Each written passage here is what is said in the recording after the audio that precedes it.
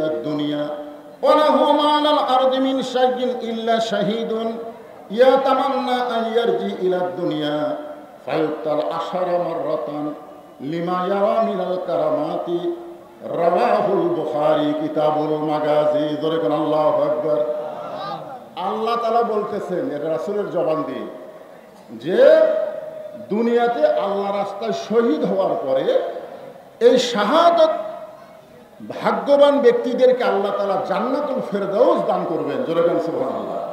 কিন্তু জান্নাতুল ফেরদাউসে যাওয়ার পরে ইউহিব্বুন ইয়ারজি ইলা দুনিয়া তারা দুনিয়াতে আসার জন্য ছটফট করবে। আচ্ছা চিন্তা করে দেখেন জান্নাতে তখন জান্নাতুল ফেরদাউস পাওয়ার পরেও তারা দুনিয়াতে আসার জন্য ছটফট করবে। আপনারা বলেন তো জান্নাতে যাওয়ার পরে কেউ আবার দুনিয়াতে আসবার চাবে? তা আল্লাহ রাসূল কেন বলতেছেন ইউহিব্বুন ইয়ারজি ইলা দুনিয়া ওয়ালাহু মালাল আরদি ইল্লা শাইইন ইল্লা শাহীদ। এই দুনিয়াতে আসার একমাত্র কারণ কি? আল্লাহ জিজ্ঞাসা করবেন রে বান্দারা আমি আল্লাহ খুশি হয়ে তোমাদেরকে জান্নাত দিয়ে দিলাম, শহীদ যারা হবে তাদেরকে আল্লাহ কোনো হিসাব নেবে না, তাদেরকে বিনা হিসাব আল্লাহ জান্নাত দিয়ে দিবে ধরে গান সুবহানাল্লাহ। তো জান্নাত দেওয়ার পরও তোমরা দুনিয়াতে কেন আবার যাওয়ার জন্য ছটফট করতেছো? তখন জান্নাতি বান্দারা বলবে জান্নাতি বান্দারা বলবেন লিমা ইয়ারা মিনাল কারামাতি প্রথম শহীদ হওয়ার সময় শাহাদাতের যে মর্যাদা আমরা পাইছি আল্লাহ তোমার জান্নাতের মধ্যে সেই শান্তি আমরা পাচ্ছি না। ফায়ুক্তাল আশার আমার রতন কম করে হলো আমরা 10 বার বাতিলের বিরুদ্ধে যুদ্ধ করে শহীদ হব, এরপরে আমরা জান্নাতে আসব।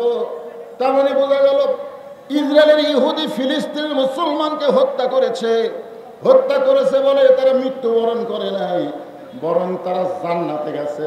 আর জান্নাতে যাওয়ার পরে তারা বুঝবার পারতেছে দুনিয়াতে সমস্ত মৃত্যুর চাইতে আল্লাহ রাস্তায় জীবন দেওয়াই হলো সবচাইতে উত্তম মৃত্যু। এই জন্য খুব খেয়াল করবেন যে আল্লাহর ঘরের যারা গোলামি করবে আল্লাহ তাদেরকে 2টা পুরস্কার দিবেন। আল্লাহর ঘরের গোলামি করা মানে শুধু নামাজ নয়। আজকে যেই নামাজ আমরা আদায় করতেছি এই নামাজ আমাদেরকে কি শিক্ষা দিল? আল্লাহ কোরআনে বলেছেন ইন্নাস সালাতা তানহা আনিল ফাহশাই ওয়াল মুনকার, একমাত্র নামাজই পারে মুসলমানকে যাবতীয় খারাপি থেকে যাবতীয় ফায়সা থেকে হেফাজত করতে।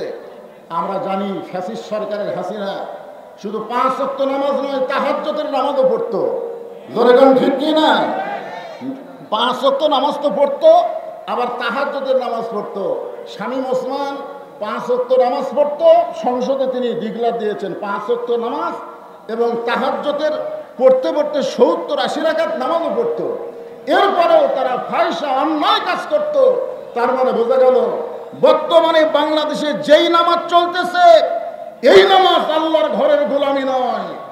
নামাজ আদায় করতে গেলে নামাজকে বাংলার জমিনে কায়েম করা লাগবে। জোরে কোনটা ঠিক কি না? একটা হলো নামাজ পড়া, একটা হলো নামাজ কায়েম করা।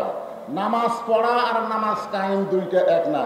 এখানে আল্লাহ যেটা বলতেছেন যে ইন্নাস সালাতা তানহা আনিল ফাহশাই ওয়াল মুনকার, একমাত্র নামাজই পারে মানুষকে যাবতীয় ফায়সা খারাপি থেকে বেহুদা কাজ থেকে হেফাজত করতে।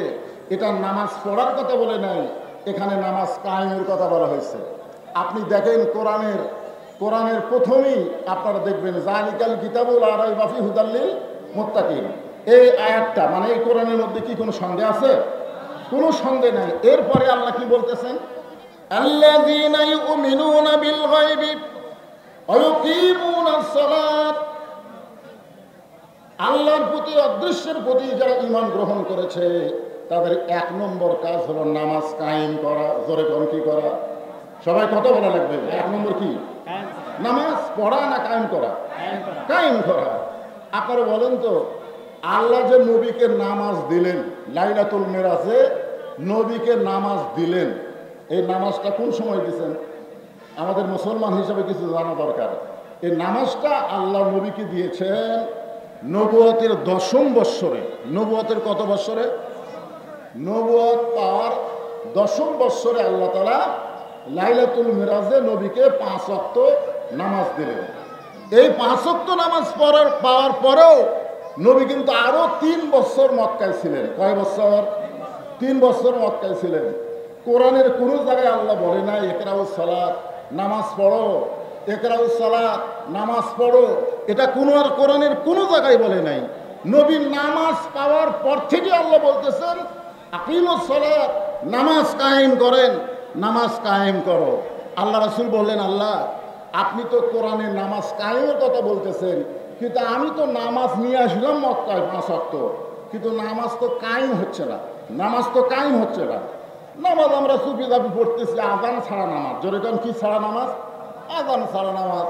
চোরের মতন চুপি চুপি ঘরের মধ্যে নামাজ, নামাজ তো কায়েম হচ্ছে না। তখন আল্লাহ পাক রাসূলকে জানাইলেন, নামাজকে কায়েম করতে গেলে যিনি ইমাম হবেন, যিনি মসজিদের ইমাম হবেন, তিনাকে আবার নেতা হওয়া লাগবে। নামাজকে কায়েম করতে গেলে যিনি মসজিদের ইমাম হবেন, তিনাকে আবার ওই এলাকার কি হওয়া লাগবে? কথা কয় না কেন? শুধু মসজিদের ইমাম হলে হবে না, সমাজের নেতা হওয়া লাগবে। আপনার উপর যখন নামাজ কায়েমের আয়াত নাজিল করা হলো, তখন মক্কাতে আপনি হলেন ইমাম আর আবু জেহেল হচ্ছে নেতা। যতদিন পর্যন্ত আবু জেহেলের মতন নেতা থাকবে, ততদিন পর্যন্ত আপনার মতন ইমাম নামাজ পড়তে পারেন, পড়াতে পারেন, কিন্তু নামাজ কায়েম করতে পারবেন না। নামাজ কায়েম করতে গেলে যিনি ইমাম হবে তিনাকেই নেতা হওয়া লাগবে। এখন বাংলাদেশে একটা সুযোগ দেখা যাচ্ছে, একটা সুযোগ, একটা বাতাস। আপনাদের দোয়ায় বাংলাদেশের প্রায় জায়গায় ওয়াজ করতে গিয়ে একটা জিনিস আমাদের চোখে ধরা পড়তেছে, মানুষ দিন দিন জালেমের জুলুম এটা বুঝবার পারতেছে। জোরে কথা ঠিক কিনা? মানুষ দিন দিন কারা জালেম, কারা সংসদে গেলে কোনোদিনও নামাজের কথা একবার বলবে না, কারণ তারা নিজেরাই নামাজ পড়ে না, তারা নামাজের কথা কেমনে বলবে? জোরে কথা ঠিক কিনা?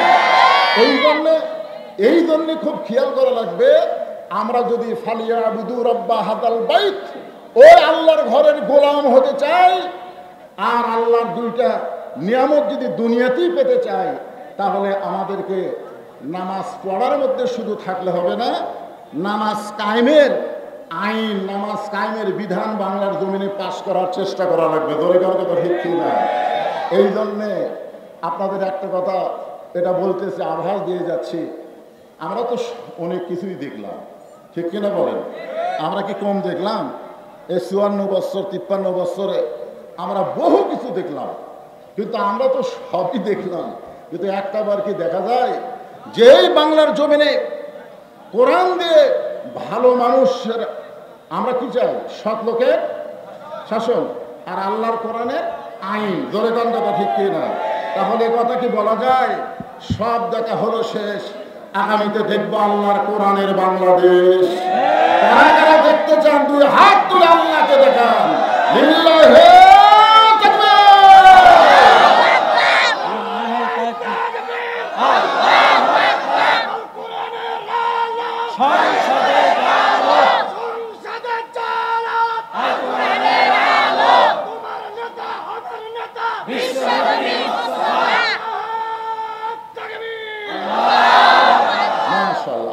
আপনারা বলেন তো, এই যে আল্লাহ বললেন যিনি ইমাম তিনি কি নেতা হবে?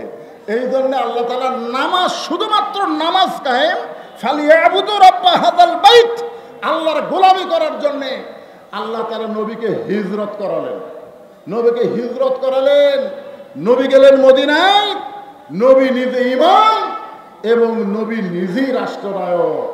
আল্লাহ ঘোষণা করলেন, আল্লাযীনা ইম্মাক্কান্নাহুম ফিল আরদ, মুসলমানের মধ্যে কাউকে যখন ক্ষমতার চেয়ার দেওয়া হবে, সে ক্ষমতার চেয়ার পাওয়ার পরে তার 1 নম্বর দায়িত্ব হলো পদ্মা সেতু নির্মাণ করা, 1 নম্বর দায়িত্ব হলো বাল্য বিবাহ বন্ধ করা, 1 নম্বর দায়িত্ব হলো মাদক মুক্ত সমাজ গড়া। এগুলো সবই দায়িত্ব হতে পারে, কিন্তু 1 নম্বর কাজ হচ্ছে নামাজ কায়েমের বিল পাস করা। ধরে কথা ঠিক না? আপনারা বলেন তো, আগামীতে সংসদে কোন দল গেলে নামাজ কায়েমের বিরুত্থাপন করবে, এটা একজন মুসলমান হিসেবে কোরআনের মাহফিলে এসে আমাদের জানা বোঝার দরকার আছে না নাই? জোরে করে আছে না নাই? খুব খেয়াল করে শুনবে। আল্লাহ বললেন তোমাদেরকে দুইটা পুরস্কার দেওয়া হবে। এক নম্বর পুরস্কার হলো তোমাদের রিজিকের কোনো পেরেশানি করা লাগবে না। আল্লাহর যদি গোলামি হয়, আমাদের রিজিকের মালিককে, আরো জোরে বলেন, রিজিকের মালিককে। দুনিয়ার কেউ কোনো কিছুই করতে পারে না, সব কিছুই আমার আল্লাহ করবেন। একজন আমাকে বলতেছে হুজুর, আল্লাহ ইচ্ছা করলে ইসরায়েলকে ধ্বংস করতে পারে। আব্রাহা বাদশা কাবা ঘর ধ্বংস করতেই ছিল, আল্লাহ হস্তি বাহিনী দিয়া আব্রাহা বাহিনীকে আল্লাহ ধ্বংস করে দিছে। কিন্তু এখন বাইতুল মুকাদ্দাসকে ইহুদির নাপাক বাচ্চারা দখল করবার চায়, এইভাবে মুসলমানদেরকে হত্যা করতেছে। আল্লাহ আব্রাহাকে যদি ধ্বংস করতে পারে আবাবিল পাখি দিয়া, তাহলে আল্লাহ কেন পারতেছে না এই ইসরায়েলকে ধ্বংস করতে? আপনার বলেন তো, যখন কাবাঘর আব্রাহা বাদশা ধ্বংস করবার আসছিল, তখন মক্কাতে কোনো মুসলমান ছিল? এ কথা কোনো মুসলমান ছিল? কোনো মুসলমান ছিল না বলি আল্লাহ দেখলো যে আবাবিল পাখি ছাড়া একটার ধ্বংস করা যায় না, কারণ মুসলমানই নাই, ইমানদারি নাই। কিন্তু এখন বলেন তো, যদি বাইতুল মুকাদ্দাস বাইতুল্লাহ ওরা ধ্বংস করবার চায়, এখনকার আবাবিলের দরকার আছে? এখন গোটা পৃথিবীতে 200 কোটির উপরে হচ্ছে মুসলমান, 200 কোটির উপরে হচ্ছে মুসলমান। আর সেদিন এক পেপারে দেখলাম, এ সর্বসাকুল্যে পৃথিবীর সব জায়গায়, আমাদের বাংলাদেশেও ইহুদি আছে, সমস্ত বিশ্বের ইহুদি একত্র করলে হিসাব করে 1 কোটি হয়নি। ইহুদিরা মিলে কয় কোটি হয়নি? 1 কোটি হয়নি। তাহলে 200 কোটি মুসলমান যদি পেশাব করে দেয়, 1 কোটি ইহুদি তো পেশাবের কারণে ভাষা দেওয়া দরকার। যেরকম বিএনপির এক দুদু বলছিল যে পেশাব দিয়ে ভাষা দিবি, ধরে কথা ঠিক কিনা? এই কথা বলার পরে যা টলের শিকার হচ্ছে, যে এত বছর ম্যাডামের দরজায় এতগুলো বালুর ট্রাক ছিল, তোমার পেশাব তখন কোথায় ছিল? চিন্তা করে দেখেন। আমি সে কথা বলতেছি না যে পেশাব দিয়ে ইসরায়েলের ইহুদিদেরকে আমরা ভাষায় দিব। আমরা ইহুদিকে, খ্রিস্টানদেরকে আল্লাহর কোরআনের আইন এবং সৎলোকের শাসন এবং আল্লাহর কুদরতি পাওয়ার আমাদের দরকার। ইমানের পাওয়ারের কাছে অ্যাটম বোমা, হাইড্রোজেন বোমার খাওয়া নাই, যার প্রমাণ হলো আমাদের জাতির পিতা হযরত ইব্রাহিম। বৃষ্টি কি পড়তেছে? আচ্ছা, হালকা হালকা পড়ুক। আজকে আপনাদের জন্য একটা আয়াত বলি, ওয়াজ করতেছি, যেটা এই লাইনে ওয়াজ থাকবে, অসুবিধা নাই। আল্লাহ বলতেছেন ওয়াবতাগু ইলাইহি ওয়াসিলা, তোমরা ওসিলা অন্বেষণ করো। ওসিলা মানে কি? ওসিলা মানে মাধ্যম। এখানে ওসিলা মানে আল্লাহর কোরআন, আল্লাহ রাসূল বোঝানো হয়েছে। কিন্তু আজকে এই মিডিয়ার ভাইরাই তোমরা করে দিয়ে সরে যাও, এমনি বিরক্ত করো না। এই শোনেন, আজকের ওসিলা যদি আল্লাহ এটা করে, এটা যদি করে যে তোমরা জীবনে বহু পাপ করছো, ঠিক আছে, কিন্তু আজকে কোরআনের আলোচনা শুনতে গিয়া যাদের শরীরে বৃষ্টির পানি পড়বে, যাদের শরীরে বৃষ্টির পানি পড়বে, ওই দেহের জন্য আমি আল্লাহ জাহান্নামের আগুন ওসিলা হিসাবে হারাম করে দিলাম। যদি আল্লাহ একটা সুযোগ দেয়, জীবনে তো দুনিয়ার কাজ করতে বহু ভিজেন নেই, কেউ কি কারণ ভিজেন নেই? আল্লাহ যদি বলে আজকে যাদের শরীরে বৃষ্টির পানি পড়বে, ওই শরীরে বৃষ্টির পানি হচ্ছে সারিবাদী সালসা, 1 বছরে 2 বছরে তার কোনো ওষুধ খাওয়া লাগবে না। ওই পানিটাই হলো অনুনাজ্জিলু মিনাল কোরআনি মা হুয়া শিফাউ ওয়া রাহমাতুল লিল মুমিনিন। আল্লাহু আকবার। কোরআনের মাহফিলে এসেছেন, এই কোরআনকে আল্লাহ যাবতীয় রোগের ঔষধ হিসাবে ঘোষণা করছে। তাই যদি একটু বৃষ্টির পানি পড়ে, আপনারা আনসান করবেন না, বিরক্ত হবেন না। আর মানুষ যখন ধৈর্যশীল হয়, ইন্নাল্লাহা মা'আস সাবিরিন, ধৈর্যশীলদের সঙ্গে কে থাকে? তো বৃষ্টির পানি আসার পরেও আপনারা যখন মাহফিল ছাড়বেন না, তখন আপনাদের সাথে কে আছে? আপনারাও ভিজবেন, আল্লাহও ভিজবি না। না, কি মনে করতেছেন? এটা কি আমার কথা না আল্লাহর কথা? নিশ্চয় আল্লাহ ধৈর্যশীলদের সঙ্গে। ইন্নাল্লাহা মা মানে কি? সাথে আছে, নিশ্চয় আল্লাহ ধৈর্যশীলদের সাথে আছে। তাহলে বৃষ্টির পানি পড়লো, আমরা ধৈর্য নিয়ে দাঁড়ায় থাকলাম, বসে থাকলাম, নড়লাম না। আল্লাহ কয় তাহলে তো আমিও ভিজে যাচ্ছি, তার দরকার নেই, বৃষ্টি বন্ধ করে দিই। ধরে কার কথা ঠিক না? ইনশাল্লাহ আপনাদের ধৈর্য দেখে বৃষ্টি বন্ধ হবে। আমি তো আপনাদের দেশীয় বক্তা। এরপরে মুফতি আমির হামজা আসতেছে। আল্লাহ, আমার ভাতিজা গোলাম রব্বানী এ অসময়ে মাহফিল করেছে, তুমি আল্লাহ ইচ্ছা করলে রাত 12টা পর্যন্ত বৃষ্টি বন্ধ রাখতে পারো, মানুষ কষ্ট হলে দাঁড়িয়ে থেকে ওয়াজ শুনবে। কিন্তু অবারিত বৃষ্টি বললে মানুষের ভিতরে সে সবল ঈমান আমাদের নাই। ধরে কার কথা ঠিক কিনা? আমি যেটা বলতে চাচ্ছি, ওয়া আমানাহুম মিন খাউফ, যাবতীয় ভয় থেকে আল্লাহ পুরোপুরি নিরাপত্তা দিয়ে দিবে। আপনারা বলেন তো, অ্যাটমের জোর বেশি না ঈমানের জোর বেশি? আপনারা বলেন তো, অ্যাটম বোমা, হাইড্রোজেন বোমা আমেরিকাতে পারমাণবিক বোমা তৈরি করছে।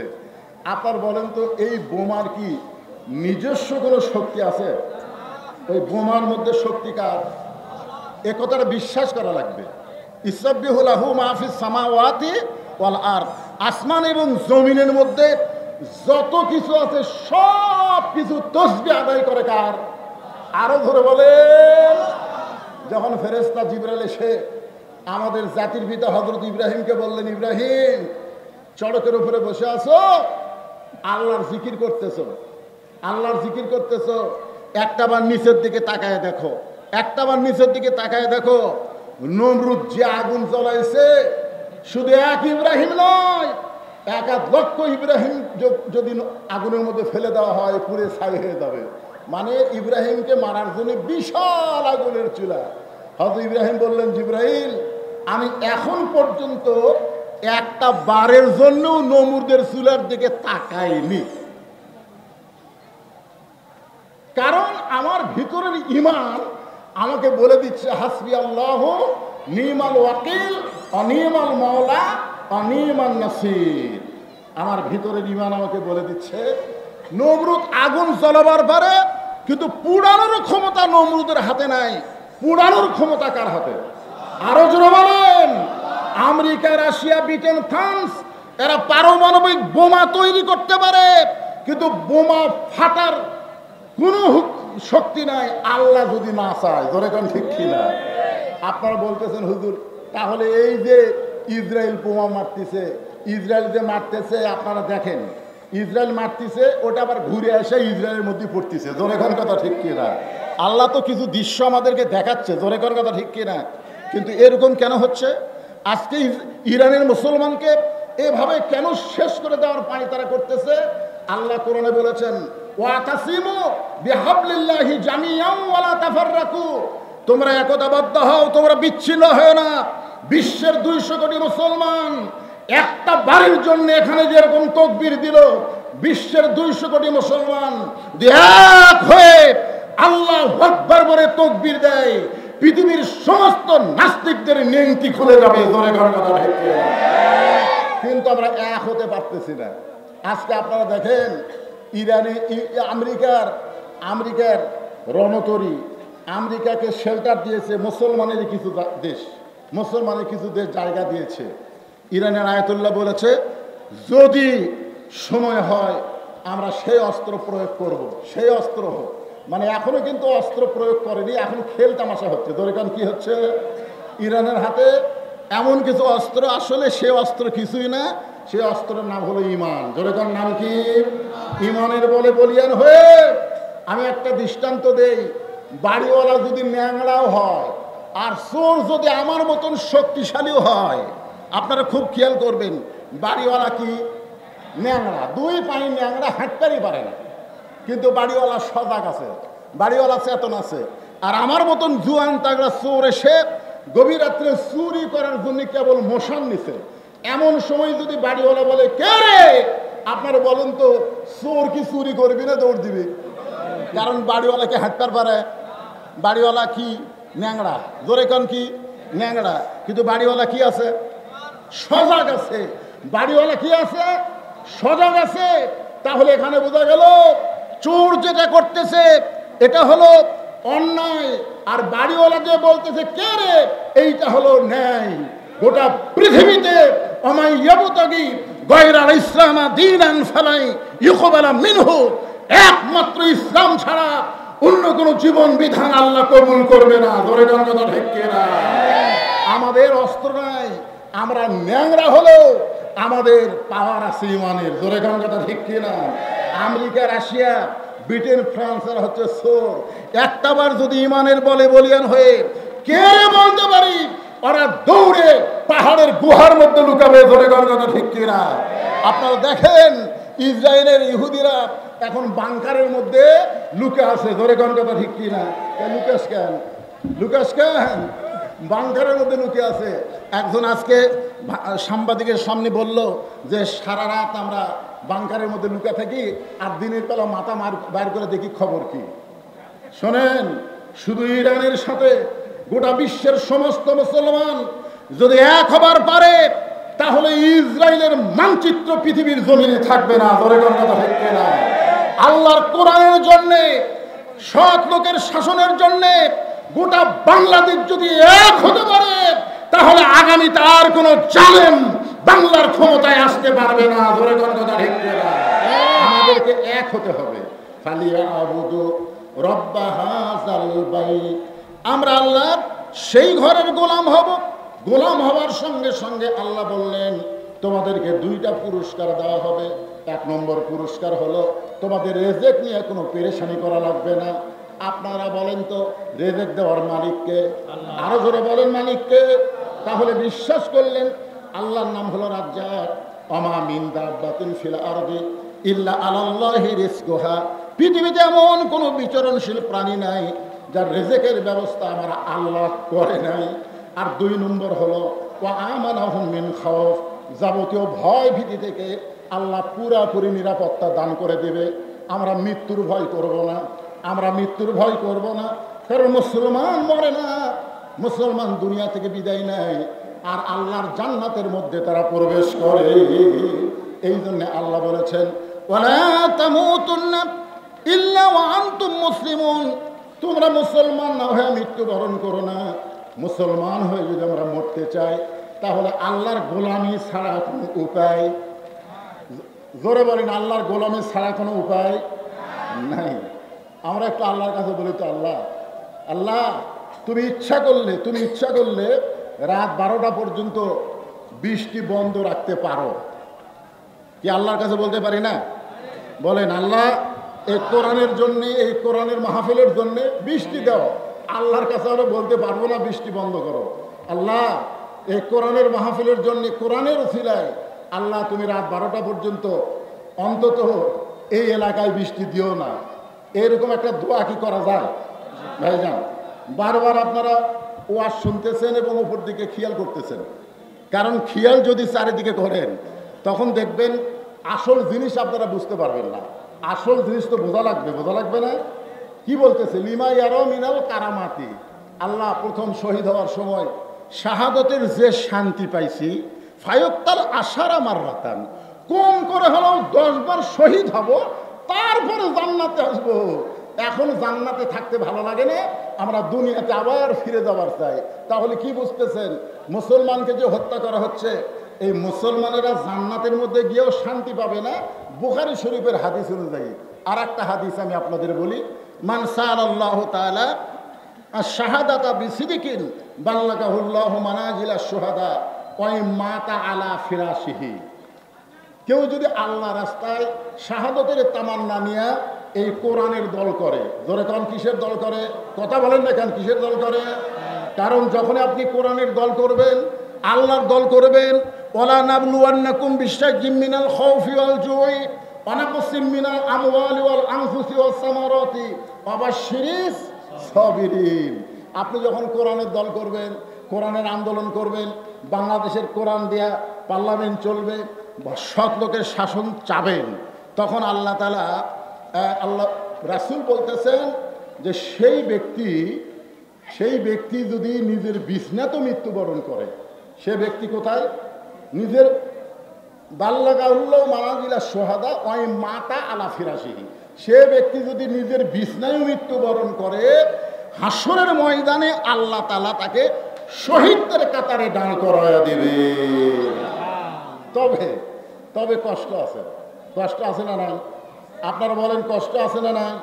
অনেক কষ্ট, নানা ধরনের কষ্টের পরেই আবার সিরিজ সবেরিন আগেই ধৈর্যের পুরস্কার দেবে না। একটা মা যদি সন্তান নিতে চায়, জীবনে কোনোদিন সন্তান হয়নি, এবার প্রথমেই সন্তান হবে, আমার মা বোনেরা যারা পর্দার অন্তরে বসে আছে, আমি তাদেরকে বলবো, মা, আমাদের মায়েরা, আমাদের দাদিরা, আমাদের নানিরা কোনোদিন সিজার করে বাচ্চা নেয় নাই, তারা নর্মালে বাচ্চা নিয়েছে। জোরে কোন কথা ঠিক কিনা কথা বলেন? এখন একটা কি সিস্টেম হলো, পৃথিবীর কোনো দেশে এত সিজার হয় না, এত সিজার হয় না যেই সিজার আমাদের বাংলাদেশে হয়। একটা ভ্যানওয়ালার বউ পর্যন্ত নর্মালি বাচ্চা লিবার চায় না, একটা ভ্যান চালায় ও কয় সিজার। শোনেন, বাচ্চা হওয়ার, আমার মায়েরা যারা পর্দার অন্তর আছে, আজকে আমাদের সন্তানগুলো, অধিকাংশ সন্তান, ছোট ছোট বাচ্চারা এই নষ্ট হওয়ার পিছনে কারণ হলো সিজার। কারণ কি? সিজার। আমার মায়েদের বলতেছি, মা, প্রথম বাচ্চা হবে, আল্লাহ রাসূল কেন বললেন মায়ের পায়ের তলে জান্নাত, মায়ের পায়ের তলে জান্নাত? এ কথা বলার পিছনে কারণ আছে না নাই? কি কারণ? একটা সন্তানের জন্য মা বেশি করে না বাপ বেশি করে? মা কি করে? খালি 10 মাস 10 দিন পেটের মধ্যে থসে, বার হওয়ার পর থেকেই বাপের দায়িত্ব। জোরে কথা কর না কেন ভাই? যা কিছু কেনা লাগবে কে? এই সন্তানকে লেখাপড়ার জন্য চিন্তা কে করে? বাপ করে না মামা করে? লেখাপড়া টাকা পয়সা যত খরচ সব কে করে? বাপ করে। আমি তো চিন্তা করি একটা সন্তানকে শুধু 10 মাস 10 দিন পেটে থই আর 2.5 বছর দুধ পান করাই, এরপর আর মায়ের কোনো কষ্ট না, সমস্ত কষ্ট হলো বাপের কষ্ট। ধরে কথা কর না কেন? তারপরেও বাপের পায়ের তলে জান্নাত নয়, মায়ের পায়ের তলে জান্নাত। এটা কি বোঝা লাগবে না? এটা বোঝা লাগবে তো। কি বলবো প্রসবের কথা, মা বিনে সেই ব্যথা কেউ তো বুঝবে না। মাজন ঠেকিয়া সন্তানের দায়, অকালে মা মারা যায়, কেন সে মায়ের ভক্তি করো না? এমন দরদি ভাবে কেউ হবে না আমার মা গো। প্রসবের একটা ব্যথা আছে, কোনোদিন সেই ব্যথা বুঝতে পারে নাই, এবার প্রথম বাচ্চা হবে, কোনোদিন বাচ্চা হয় নাই, প্রথম বাচ্চা হবে। এই প্রসবের ব্যথা যখন শুরু হয়ে গেল, মায়ের পায়ের তলে সন্তানের জান্নাত, মাকে একটু বোঝা দরকার। জোরে কোন কথা ঠিক কিনা? কিন্তু মা পায়ের তলে সন্তানের জান্নাত এইটা না বুঝ হইয়া চিল্লা চিল্লি শুরু করে দিছে। প্রসবের ব্যথা যেই শুরু হয়েছে, মা চিল্লাই বলতেছে, জীবন দেব, বিষ খাবো, গলার দড়ি দেব, এই কষ্ট সহ্য করবার পারি না, এই জীবন আর আমি রাখবো না। এমন সময় দাদি নানি দৌড়ে আসে। দাদি নানি দৌড়ে এসে বলে, তুই কি পাগলি হয়েছিস নাকি? তুই এরকম চিল্লা চিল্লি কেন করতেছিস? তুই একটু ধৈর্য ধর, ইন্নাল্লাহ মা'আস সাবিরিন, ধৈর্যশীলদের সঙ্গে কি আছে? ধরে কোন কি আছে? দাদি নানি ধাক্কায় ধাক্কায় ঘরের মধ্যে নিয়ে যায়, বিছনায় শোয়া দেয়া, ঠান্ডা পানির মধ্যে নরম কাপড় চুবড়ায়া চুবড়ায়া মায়ের কপালের উপরে দেয়, আর বলে ধৈর্য ধর। আর ভাইমাকে বলে, আস্তে আস্তে বিসমিল্লাহ করে সন্তানকে টেনে টেনে বের করো। বাজান গো, সন্তান টেনে টেনে বের করতেছে, আর মা আর কলিজা টেনে ধরতেছে। মা কষ্টে চিৎকার দিবার চাই, দাদি নানি কপালে চুমা দিয়ে বলতেছে, চিৎকার দিস না, রাস্তার ধারে বাড়ি, রাস্তা দিয়ে মানুষ যাওয়া আসা করতেছে, তোর চিৎকার শুনলে রাস্তার মানুষ বলবে এই মেয়েটা কেমন রে? বাচ্চা হওয়ার সময় গোটা পাড়া চিৎকার করেছে, জানাইছে ধৈর্য ধর, ধৈর্য ধর, ধৈর্য ধর। এমন কথা কানে কানে কয়, কপালে চুমা খায়, আর ঠান্ডা পানি কপালের উপরে দিয়ে বলে ধৈর্য ধর। মা ধৈর্য ধারণ করেছে। এদিকে দাদি নানি ইশারা তাই মাকে বলে, টান দে, সন্তানকে টান দে। এক সময় সন্তান জোরে টান মারছে, সন্তান বের হয়ে গেল, কিন্তু মা কষ্টে বেহুশ হয়ে গেছে। মার আর হুঁশ নাই, মার কোনো হুঁশ নাই। চিন্তা করে দেখে কত কষ্ট করে মা 10 মাস 10 দিন পেটে রাখলো, সেই সন্তান দুনিয়াতে আসলো।